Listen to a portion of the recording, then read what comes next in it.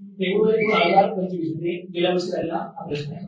ते सोपं आहे, फक्त आपल्याला दशांश अपूर्णांकातील स्थानिक किंमत माहिती पाहिजे.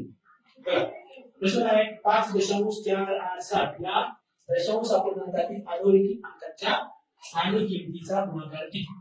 ठीक आहे, आता आपल्याला याची स्थानिक किंमत काढता आली पाहिजे. 4ची चारची स्थानिक किंमत किती काढता येईल ना, 0.4. आता गुणाकार म्हटले काय करायचं, गुणाकाराचं चिन्ह द्यायचं. बेरीज म्हणलं असं काय केलं असतं आपण, बेरीजचं चिन्ह दिलं असतं. भागाकार म्हणलं असं काय केलं असतं, भागाकाराचं चिन्ह दिलं असतं. आणि गुणाकार म्हणजे गुणाकाराचं चिन्ह दिलं असतं. त्यानंतर ह्या 7ची स्थानिक किंमत काढता आली पाहिजे.